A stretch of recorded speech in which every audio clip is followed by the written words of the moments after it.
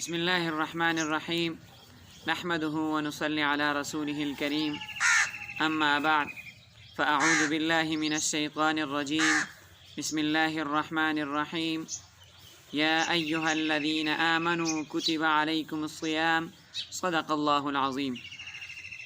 मुहतरम भाइयों, रोज़ा किन चीज़ों से टूटता है उसका पार्ट 2 हम आपके सामने ला चुके हैं। अब मसला बाकायदा शुरू करते हैं कि सबसे पहला मसला किस चीज़ के मुताल्लिक है। तो सबसे पहला मसला सहरी के वक्त के मुताल्लिक है कि सहरी का वक्त कब तक होता है, यानी कब तक रहता है। आदमी सहरी कितने वक्त तक करता रहे तो इसका रोज़ा सही दुरुस्त होगा। तो इसका जवाब ये है कि सहरी का वक्त सुबह सादिक होने से पहले पहले तक का है, यानी जैसे ही सुबह सादिक हो गया बस सहरी का वक्त भी ख़त्म हो गया। अब अगर कोई आदमी सुबह सादिक तक ही सहरी करता रहा तो यानी खाता रहा यहाँ तक कि सुबह सादिक हो गया तो उसका रोज़ा सही नहीं होगा, क्योंकि उसने वक्त से पहले बंद नहीं कर दिया। अब इसके एहतियात का तकाज़ा क्या है कि कब आदमी बंद कर दे सहरी। तो इसका एहतियात का तकाज़ा ये है कि मस्जिदों में जो औकात का जो नक्शा तैयार किया हुआ होता है वहाँ, तो उसमें जो टाइम दर्ज होता है उस टाइम से 2 मिनट पहले सहरी बंद कर दे तो रोज़ा बिल्कुल सही दुरुस्त हो जाएगा। यानी कि सुबह सादिक से 1 लम्हा भी पहले सहरी बंद कर दी तो ये बिल्कुल रोज़ा सही और मुकम्मल सही हो जाएगा, इसमें किसी किस्म का कोई नुकसान नहीं हो। दूसरा मसला इन्हेलर के इस्तेमाल के मुतालिक है कि रोज़े के हालत में इन्हेलर का इस्तेमाल दुरुस्त है या दुरुस्त नहीं है। तो इसका जवाब ये है कि रोज़े की हालत में इन्हेलर का इस्तेमाल दुरुस्त नहीं है, क्योंकि इन्हेलर के इस्तेमाल से उसके ज़र्रात जिस्म में दाखिल हो जाते हैं, यानी जैसे उसके ज़र्रात जिस्म में दाखिल हो जाएं तो इसकी वजह से रोज़ा फासिद हो जाता है, क़ज़ा लाजिम होगी। अब इन्हेलर क्या चीज़ है? इन्हेलर जिन लोगों को सांस की बीमारी होती है और सांस की बीमारी के लिए एक मशीन सा आता है, उसको ऐसे मुंह में रख कर उसका बटन दबाते हैं और उसके ज़र्रात जिस्म में दाखिल हो जाते हैं, जिसकी वजह से सांस की बीमारी में भी तकलीफ़ जो होती है वो दूर हो जाती है। तो वो इन्हेलर है। इसी तरह इन्हेलर वो चीज़ भी है कि जिस आदमी की नाक बंद होती है, सर्दियों में या किसी भी वजह से बंद होती है तो उसके इस्तेमाल करते हैं, उससे नाक खुल जाती है, दिमाग तक ऐसे वो जो ठंडी सी हवा होती है वो चली जाती है, इस वजह से उसके नाक भी खुल जाती है। तो ये इन्हेलर होता है। इन दोनों का इस्तेमाल ये रोज़े की हालत में दुरुस्त नहीं है।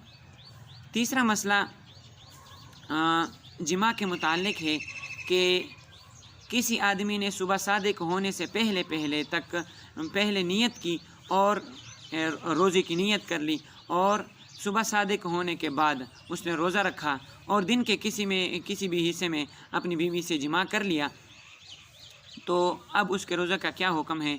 तो मियाँ बीवी दोनों पर रोज़ा यानी उसका कफ़ारा भी होगा और क़ज़ा भी होगी। एक रोज़ा क़ज़ा के तौर पर रखेंगे और 60 रोज़े बतौर कफ़ारा के रखेंगे। और अब इस का तरीक़ाकार क्या होगा कि इस 60 रोज़ों को किस तरह रखें?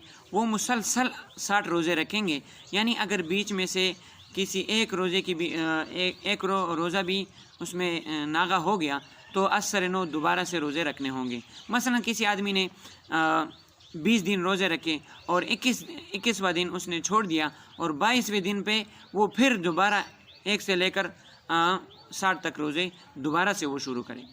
अलबत्ता इसमें जो औरत के जो माहवारी के अयाम जो होते हैं वो इससे मुस्तस्ना होंगे, यानी इससे अलग होंगे, वो इसमें शामिल नहीं होंगे। अगर बीच में से ये माहवारी के अयाम आ गए तो इसको छोड़ के फिर आगे से दोबारा, यानी मसलन किसी औरत ने 10 रोज़े रखे और 11वें दिन उसके अयाम आ गए तो 11वें से लेकर 13वें दिन तक अगर उसके अयाम हैं तो 14वें दिन से उसके 11वां रोज़ा उसका शुरू हो जाएगा। तो ये इस तरह रोज़े रखेंगे ताकि वो जो कफ़ारा भी अदा हो जाए और क़ज़ा भी ख़त्म हो जाए।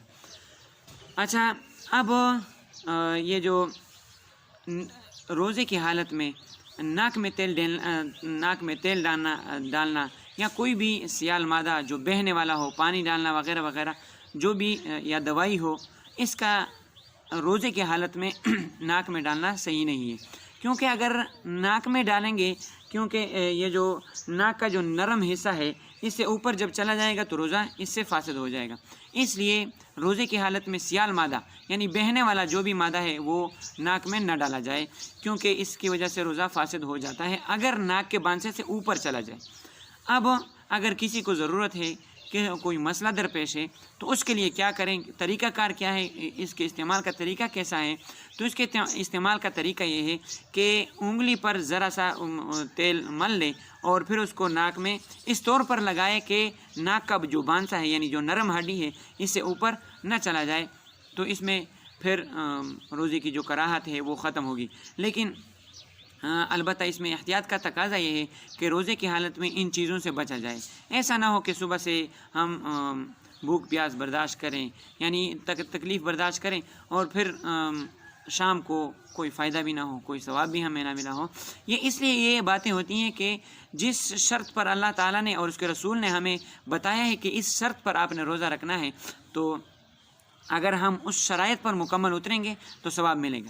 اگر ہم اس کے مطابق نہیں اتریں گے بلکہ اپنی طرف سے اپنی منمانی اس میں کریں گے تو اس میں ثواب ہمیں نہیں ملے گا، کیونکہ دین اسلام ہے یہی ہے کہ آپ صلی اللہ علیہ وسلم کا اتباع کیا جائے۔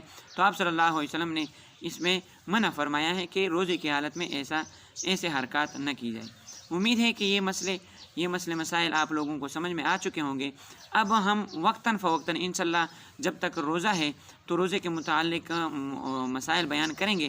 امید ہے کہ آپ لوگ بھی اس سے سنیں اور اس کو آگے پھیلانے کی کوشش کریں، تاکہ یہ جو آج کل یہی ہوتا ہے کہ سب لوگ موبائل پہ بیٹھے ہوتے ہیں، موبائل کو دیکھتے ہیں، تو اگر فضول چیزوں کے بدلے میں اگر یہ مسئلے مسائل ہم سیکھیں اور اس کو سمجھنے کی کوشش کریں تو انشاءاللہ اللہ تعالیٰ ایک تو اجر عظیم عطا فرمائیں گے، اور دوسرا یہ بھی ہے کہ ہمارے علم میں اضافہ ہوگا۔